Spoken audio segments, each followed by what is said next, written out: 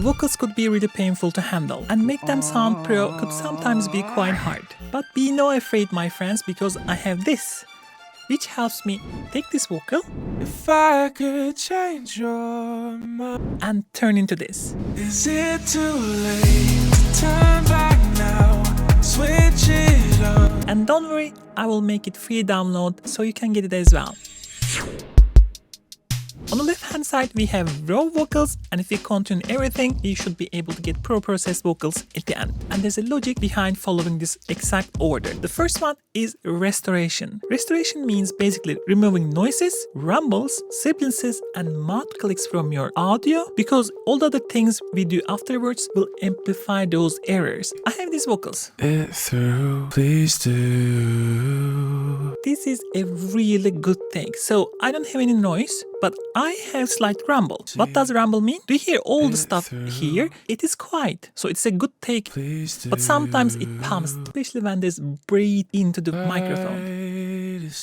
Do you see that? So what we do, I'm gonna be gentle, something like this. Be really careful with the fundamentals of your vocal, so you don't want to really mess with that too much. So we are safe here, right? Silences and mouth clicks. It is like and or this type of stuff. When saturated and EQ'd, those could be really irritating with the headphones that especially have boosted highs. I'm gonna use Lander Vox DS for this one. Idea is simple. You pick the area that you want to remove those sounds. This is basically kind of a compression. When those sounds come in, a compression will be applied to that specific sibilance. In this vocal, we have actually this part where sibilances are more obvious. If I could change your mind. Do you hear that? If I could change your mind. Right? If I could. What we do, pick the frequency that we are dealing with those, pick the range, like we can focus on straight this area or this bigger area, something like this, and how much you want to compress, and when you start the compress threshold. If I could change your. If I could change your. I'm gonna attack to those sounds aggressively with fast. If I could change your. Without? If I could change your mind. Be in mind that if you're applying this thing on a broader area, it may end up making your vocal sound a bit dark. If I could change your mind. In my case, I'm actually here, gonna tighten up. If I could change your mind. This is good. When you saturate and give it with the air to the vocals will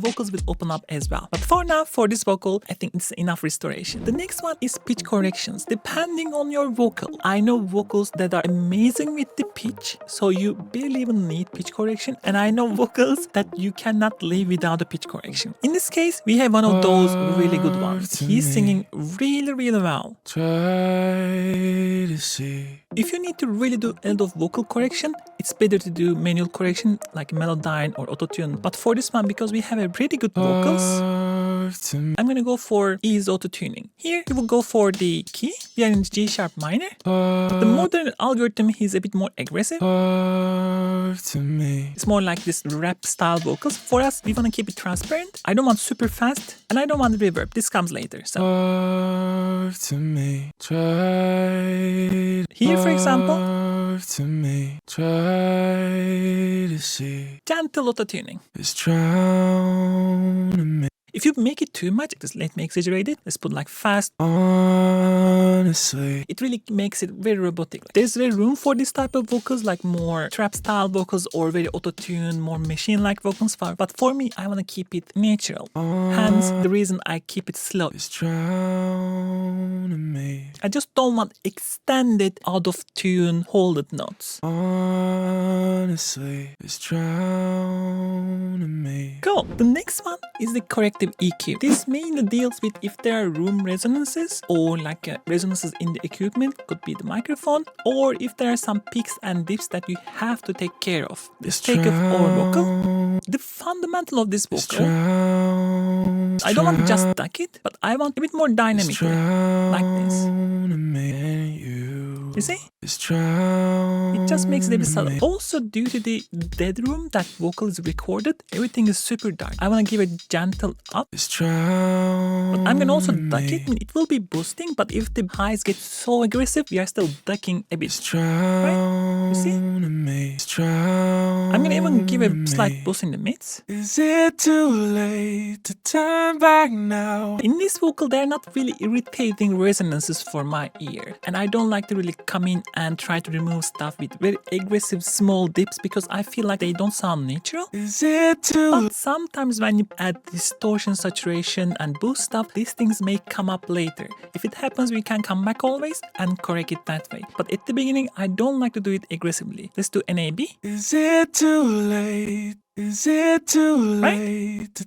Is it too late? We give a bit here, we contain this fundamental of the vocal and boost the mids a bit. Figure out. This is really good, isn't it? Is it too late? I may go slightly a bit here as well.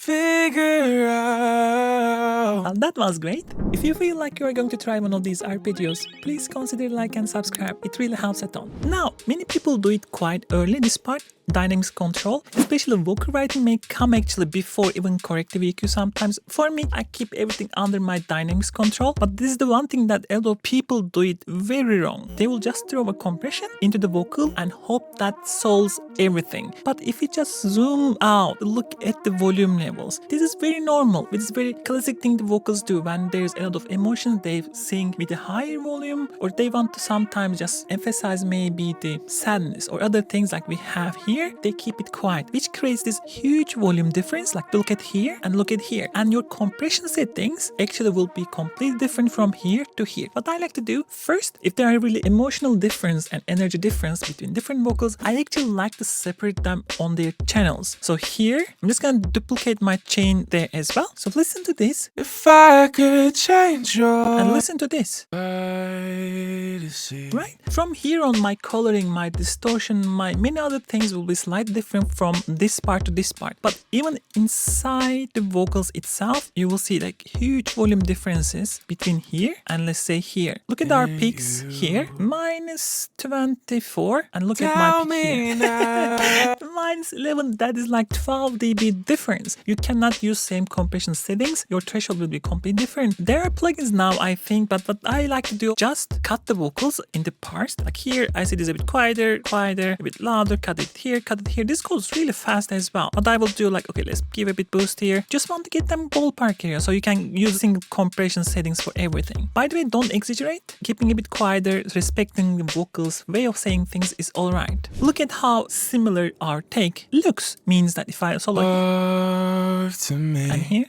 To turn back now. right, my levels are already much more closely matching, which is really, really important. Now, compression. This is a question each producer would have their own answer. The way I like to do it, actually using one fast compression and one slow compression, so that I can actually kind of glue things together. Also, there are really nice tools where you can actually one knob compress stuff. We're gonna come back to that, but let me show you the idea first. This compression reacts very fast. I like to keep it below -5, but it really depends on the vocals too. Like here, there is like a big bump to the vocal. Is it too late to turn back now? I don't mind that if like momentarily it goes a bit over the 5, but sustained part, I like to keep it below -5. Testing different part of the vocals. Tell me now. And then you can test actual different compression ratios. Please do. 4 is fine, but maybe 8 is a bit better. Honestly. And then I'm gonna use something slower. LA2A is a very classic one. Figure out how to heal these hearts. Jigsaws of. You don't need to use these compressors. Pick the ones that you like. Look how much difference we made over this. Vocal loudness is much more even. Like things sounds much more glued as well. To turn back now. Figure out. Tell me now. We are not done already. There is one more step what I like to call maximizing, catching those extreme peaks, decreasing the dynamic range of the vocals. But I don't like to do it in this stage. What happens then, you will put something like Tell this, me now. pull this out. Tell me now. It compresses everything in a single lead vocal. What I like to oftentimes do, either maximize the group, so even the reverb levels, delay reverbs, my room and my back vocals, everything are pushed together, or I do one here and one in the group if I feel like it's too much gluing or they come close too much. So for now, I'm gonna just delete this and keep it the way it is. Now, coloring. When it comes to coloring and compression together, there's tools like this one, which is really cool. This is a Vox chain from Lander. do everything in a single step. You can add compression, add the saturation, Please do. add maybe air, remove body, Honestly, add width. just drown Right? Everything is me done super fast. in you. And sometimes this is really easiest and one of the best ways to go. But I want to make you understand why rather than just giving you the tool. So coloring. And coloring means just adding saturation, distortion, creative effects, or band matching with your reference tracks. So band matching means that you can actually divide your vocals in different bands Is it too late? and compare it to a reference that you have. Let's take this vocal. The reason I'm taking this one because I have the stems, I got the work on this vocal, so I can do an A-B compression. You can also hear how a pro vocal sounds. The pieces in my life go away with you. The one thing that you should realize, the genre of the vocal matters. This is a kind of more Afro house track, so it's really airy. If I do side by side, you will hear ours is much darker. The pieces in my life go. Also, this is a female vocal, this is a male vocal, but I just want to demonstrate 4-band technique. So what you do, divide the lows between 2, 3 somewhere here, around like 2, 3 again here, and maybe top air. And then duplicate this here. Let's say I want to hear this area on each vocal. Let's solo both. The pieces in my life. Right? The pieces in my life go. Reference is much more saturated. So if you want a similar saturation in your vocals, let's match that a little bit. Warm tube. So cold, paralyzed. Maybe a boost. Without Let's take the second one. The pieces in my life go away with you. Here we are a bit more closer, but I'm going to do the same thing.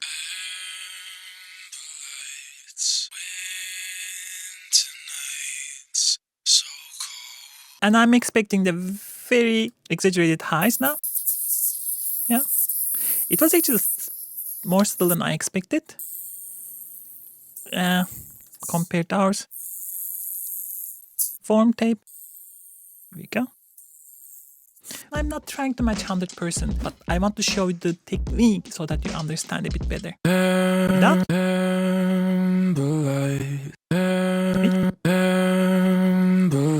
It's a bit louder, but it also gets a bit saturated and fuller, isn't it?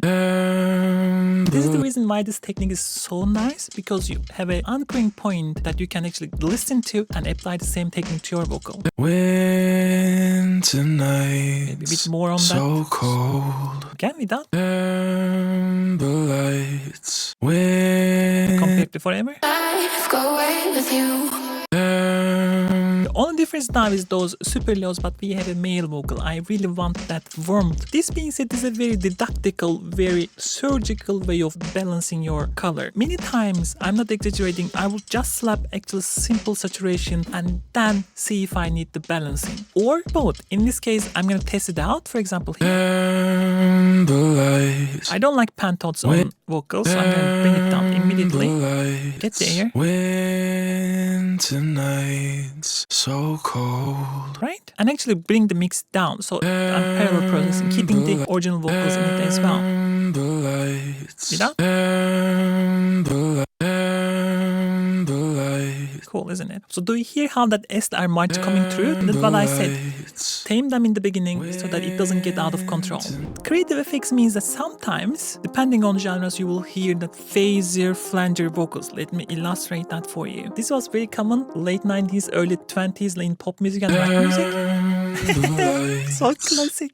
I'm immediately back in that, but of course I don't want a flanger on my vocal. The next is the ambient effects. My favorite, I enjoy doing this part. I go over the top with this one. First thing, create a return channel. Start with reverb. Reverb is very important. I'm gonna make the reverb 100% wet because it's a return channel, and I'm gonna send my leads right to the reverb.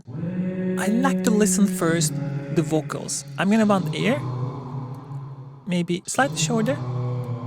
I don't think I want that much of bass body. Bring it down, get the weight up. Many people ends here, but what I'm gonna do you remember that DSR? Put it under the reverb so that I'm not having that pss, pss too much. I'm gonna put it after reverb if the reverb generates any.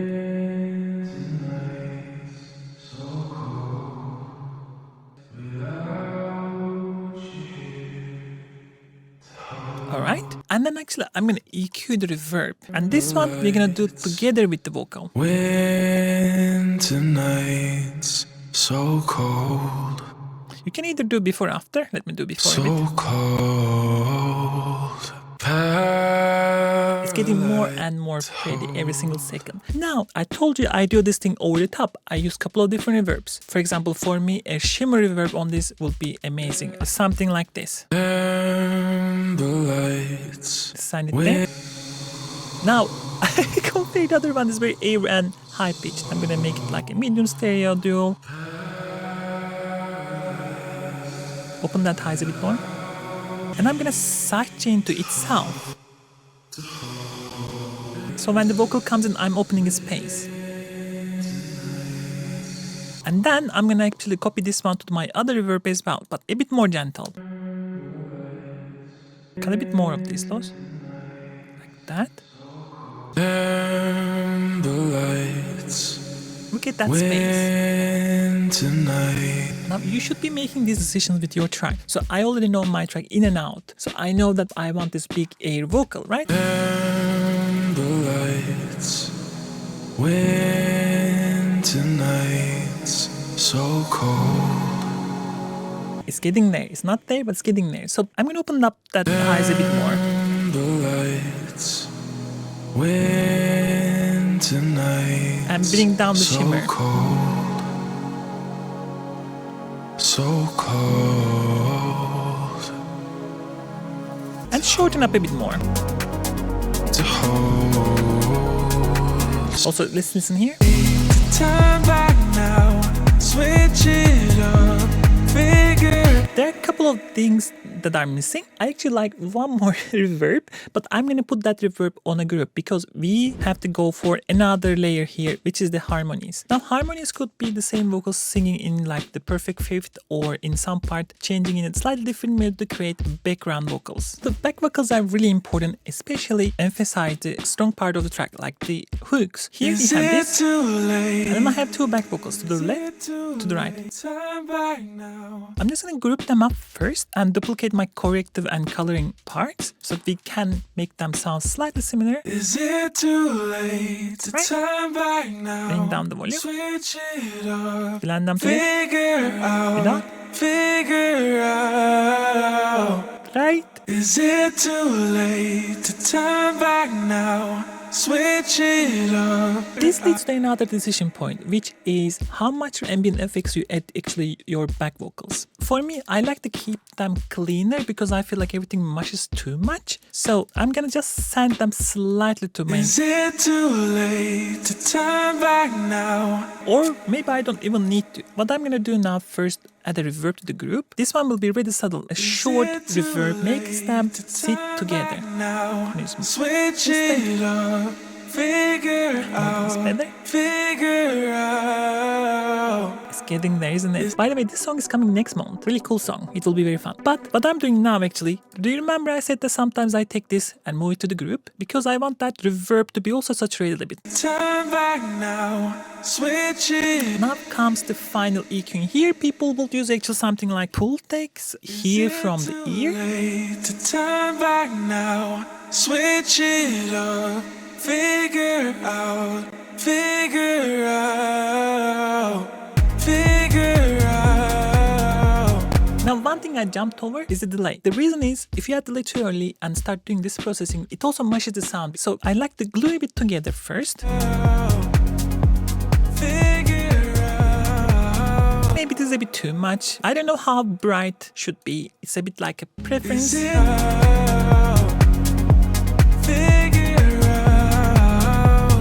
I'm gonna do one final EQing here as well before we continue.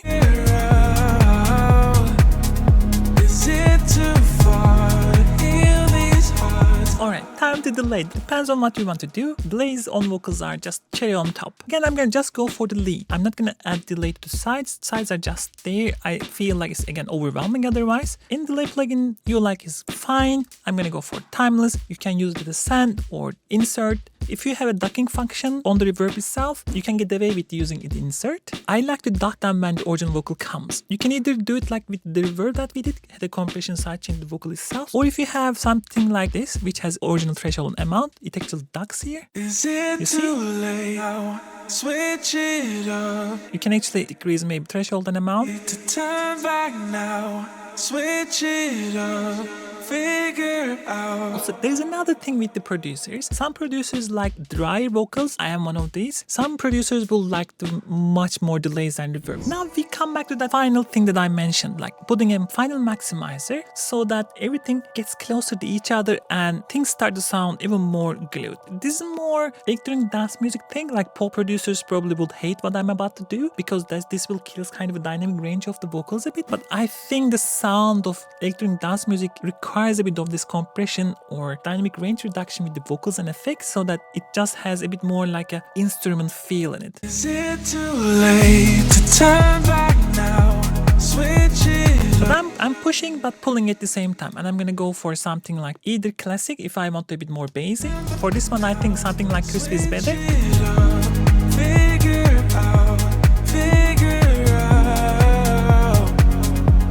Figure out. Do you hear how everything comes together? That reverb is also pushed from the bottom. One thing that you may have to consider if you want to add a bit more space, if you want to, Turn back now. Switch it up.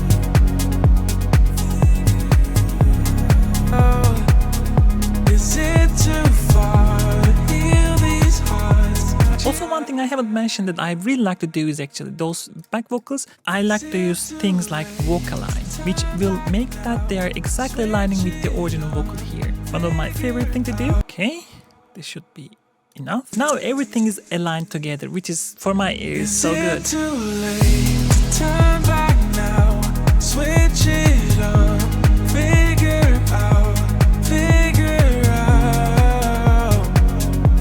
Figure out. Is it too far to heal these hearts? Jigsaws of the broken part. If you want to learn more about mixing, check out my mixing and mastering courses. But if you want to learn more about electronic music production, take a look at here.